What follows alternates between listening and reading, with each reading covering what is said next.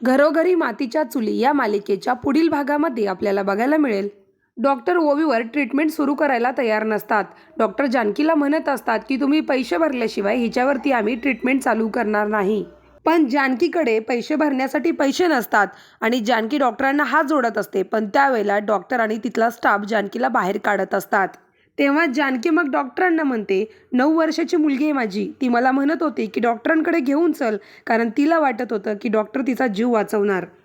पण हिच्या जीवापेक्षा तर पैसा महत्त्वाचा आहे तुम्हाला, असं म्हणत जानकी ओवीच्या गळ्यात पडून रडत असते. तर ऐश्वर्याला प्रॉपर्टीचे पेपर्स हवे असतात म्हणून ऐश्वर्या चांगलीच पेटून उठलेली असते. ती नानासाहेबांच्या खोलीत जाते आणि त्यांचा हात पिरगाळत म्हणते, काय रे म्हाताऱ्या, लई मस्ती आली का तुला?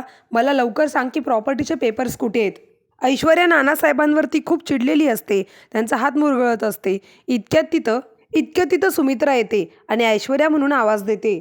तर सुमित्राने मागून ऐश्वर्या म्हटल्यानंतर ऐश्वर्या चांगलीच घाबरते. मग ऐश्वर्याचं हे वागणं सुमित्राने बघितलं असेल का?